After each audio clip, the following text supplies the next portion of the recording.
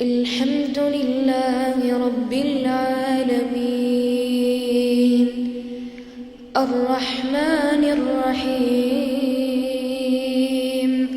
مالك يوم الدين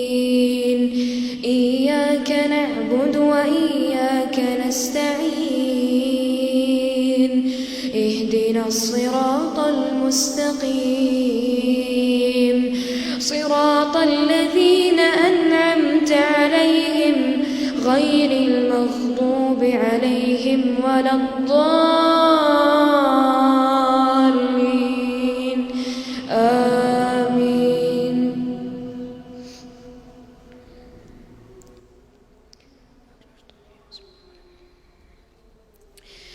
يوم يجمع الله الرسل فيقول ماذا أجبتم قالوا لا علم لنا إنك أنت علام الغيوب إذ قال الله يا عيسى ابن مريم اذكر نعمتي عليك وعلى والدتك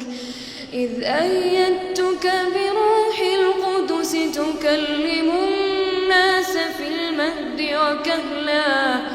وإذ علمتك الكتاب والحكمة والتوراة والإنجيل وإذ تخلق من الطين كهيئة الطير بإذني فتنفخ فيها فتكون طيرا بإذني وتبرئ الأكمه والأبرص بإذني وإذ تخرج الموتى بإذني وإذ كففت بني إسرائيل عنك إذ جئتهم بالبينات فقال الذين كفروا منهم إن هذا إلا سحر مبين وإذ أوحيت إلى الحواريين أن آمنوا بي وبرسولي قالوا آمنا واشهد بأننا مسلمون إذ قال الحواريون يا عيسى ابن مريم هل يستطيع ربك أن ينزل علينا مائدة من السماء قال اتقوا الله إن كنتم مؤمنين قالوا نريد أن نأكل منها وتطمئن قلوبنا ونعلم أن قد صدقتنا ونكون عليها من الشاهدين قال عيسى ابن مريم اللهم ربنا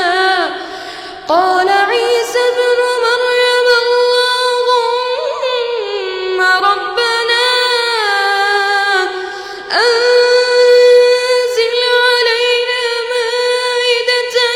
من السماء تكون لنا عيدا لأولنا وآخرنا وآية منك وارزقنا وأنت خير الرازقين قال الله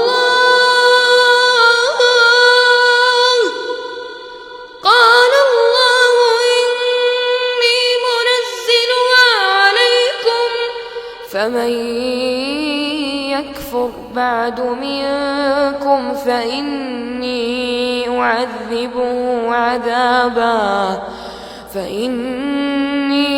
أعذبه عذابا لا أعذبه أحدا من العالمين.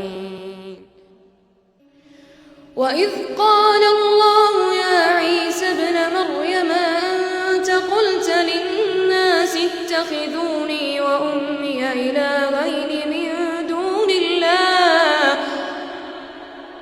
قال سبحانك ما يكون لي أن أقول ما ليس لي بحق إن كنت قلته فقد علمته تعلم ما في نفسي ولا أعلم ما في نفسك إنك أنت علام الغيوب ما قلت لهم إلا ما أمرتني به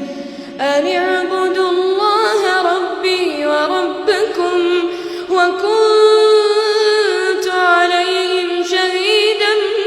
ما دمت فيهم فلما توفيتني كنت أنت الرقيب عليهم وأنت على كل شيء شهيد ما قلت لهم إلا ما أمرتني به أن اعبدوا الله ربي وربكم وكنت عليهم شهيدا ما دمت فيهم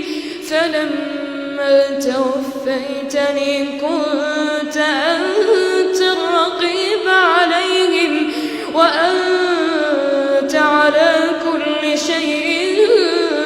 شهيد إن تعذبهم فإنهم عبادك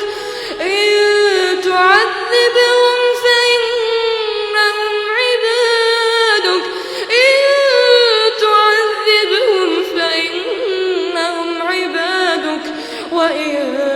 تغفر لهم فإنك أنت العزيز الحكيم قال الله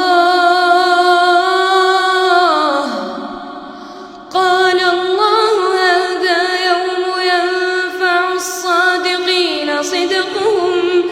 لهم جنات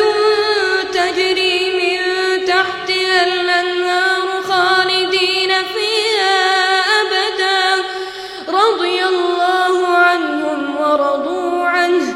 ذلك الفوز العظيم لله ملك السماوات والأرض وما فيهن